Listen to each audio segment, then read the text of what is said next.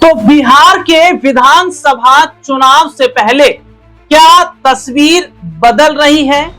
क्या एनडीए गठबंधन में सब कुछ ठीक नहीं है?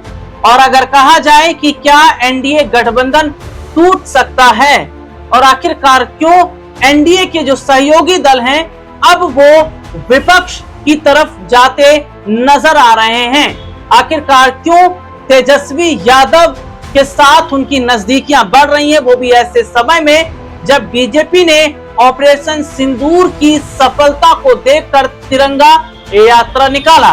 क्या बीजेपी सोचती रह जाएगी और एनडीए के जो सहयोगी दल हैं वे पलटी मार लेंगे? एक बड़ी खबर अपने दर्शकों को बताएं, और जैसे जैसे बिहार का जो विधानसभा चुनाव है वे नजदीक आ रहा है, वैसे वैसे बिहार की जो सियासत है उसमें लगातार हम बड़े फेरबदल देख रहे हैं। जरा सुनिएगा कि चिराग पासवान और जब तेजस्वी यादव का आमना सामना हुआ तो कैसे दोनों एक दूसरे को देखते हैं, मुस्कुराते हैं, गले भी मिलते हैं, और इससे ये साफ संकेत भी चला जाता है कि क्या कुछ तो बड़ा होने वाला है।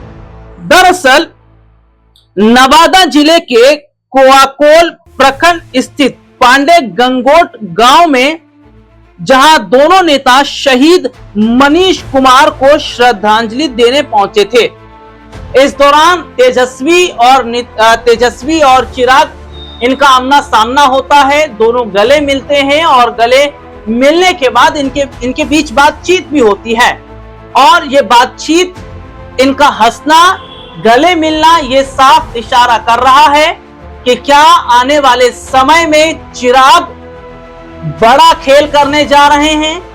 क्या चिराग तेजस्वी के साथ हाथ मिला सकते हैं? और केवल चिराग नहीं, इसमें नीतीश कुमार का रोल भी बढ़ रहा है, क्योंकि बीते दिनों पहले चिराग पासवान और नीतीश कुमार ने जो मुलाकात की, नीतीश और चिराग की मुलाकात जो गुपचुप तरीके से हुई, इस बारे में बीजेपी तो तक को भी नहीं पता था।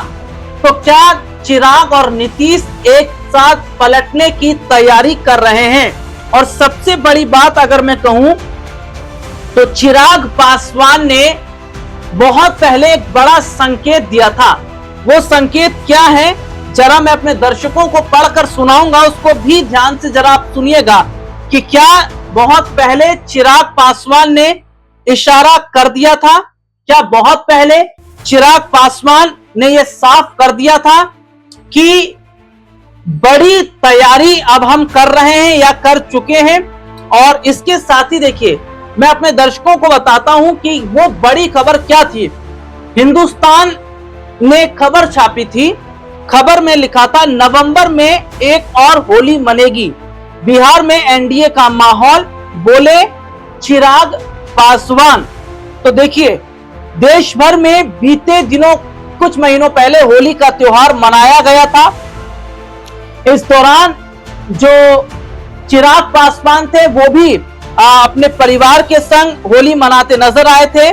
और सबसे बड़ी बात है कि जब उनसे एक सवाल पूछा गया था कि बिहार में किसकी सरकार बनेगी, तो देखिए उन्होंने ये बात कही थी कि नवंबर में एक और होली मनेगी, बिहार में एनडीए का माहौल, बोले चिराग पासवान। तो एनडीए का माहौल तो वो बता रहे हैं, लेकिन साफ तौर पर उन्होंने ये जो बात कही बिहार में असली होली मनाने की, क्या कई बड़े संकेत उस दौरान उन्होंने दिए थे। और हम ये भी देखते हैं कि चिराग पासवान ने लालू परिवार को होली की बधाई भी दी थी, और चिराग पासवान ने राबड़ी देवी को अपनी मां जैसा भी कहा था। तो क्या चिराग पासवान पहले से ही अपने लिए रास्ते खोज रहे थे? क्या वो ये बात साफ भी कर रहे थे कि अगर माना नहीं जाता है उनकी बात को, वो बात क्या थी, सीट शेयरिंग को लेकर। चिराग पासवान कम से कम 40 सीट तो मांग रहे हैं, लेकिन बीजेपी अभी ना तो हाँ कह रही है और ना ही ना कह रही है। बीजेपी अभी इसके लिए तैयार भी नहीं है। और दूसरी तरफ क्या देखा जा रहा है कि चिराग पासवान लगातार एनडीए का हिस्सा रहते हुए भी अपनी सरकार को घेरते चले आए हैं। अभी हाल ही में बीजेपी के जो मिनिस्टर हैं विजय शाह और मध्य प्रदेश के जो डिप्टी सीएम देवड़ा ने जो बयान दिया था उस पर उन्होंने जमकर सुनाया। उनको यह भी कहा कि अगर ऐसे लोग मेरी पार्टी में होते तो मैं उन्हें बाहर का रास्ता दिखा देता। तो ये देखिए सबसे बड़ी बात है कि बीपीएससी जैसा मुद्दा हो, बिहार को विशेष राज्य का दर्जा दिलाने की बात हो, सुप्रीम कोर्ट का जो फैसला आरक्षण को पर आया था क्रीमी लेयर वाला, वो वाले चीजें हो, तो लगातार जो चिराग हैं वे अपनी सरकार को घेरते नजर आए हैं। लेकिन इस बार देखिए, मैं जरा अपने दर्शकों को थोड़ा सा यहां पर यह भी बताऊंगा कि 2020 पर अगर आप गौर करें तो 2020 के वक्त हम क्या देखते हैं कि चिराग अलग अलग हटके चुनाव लड़े थे। उस दौरान उन्होंने नीतीश को झटका पहुंचाया था और नीतीश के वोट काट दिए थे, जिससे नीतीश काफी नाराज हुए। लेकिन इस बार ऐसा नहीं है। इस बार नीतीश और चिराग जिस तरीके से मुलाकात कर रहे हैं, यह मुलाकात हुई है।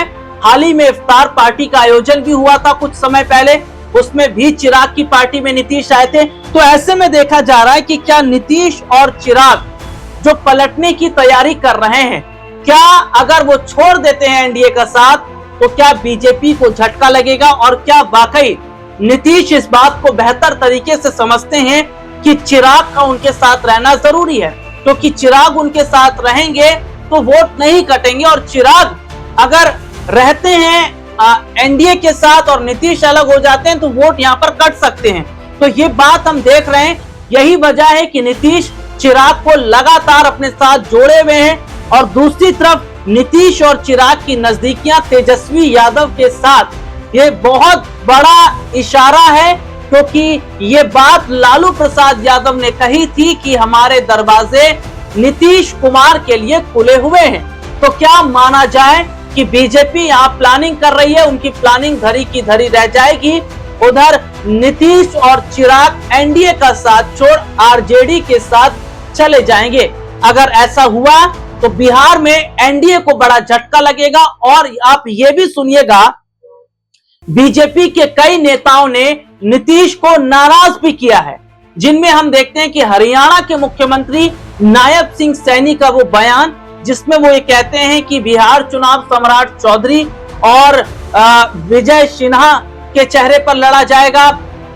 बीजेपी सांसद मनोज तिवारी का स्टेटमेंट, जिसमें वो ये कहते हैं कि भैया सीएम जो है वो चिराग पासवान रहेंगे।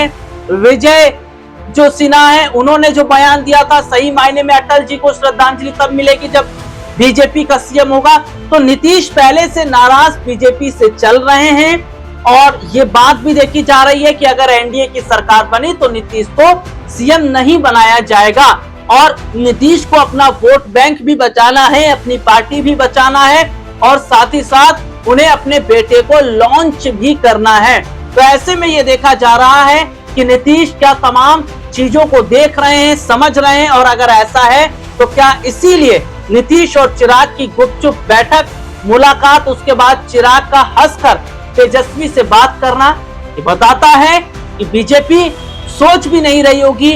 उधर नीतीश और चिराग तेजस्वी से हाथ मिलाकर तस्वीर पलट देंगे। आज के लिए इतना ही, आपसे फिर दोबारा मुलाकात होगी, तब तक के लिए इजाजत दीजिए, नमस्कार।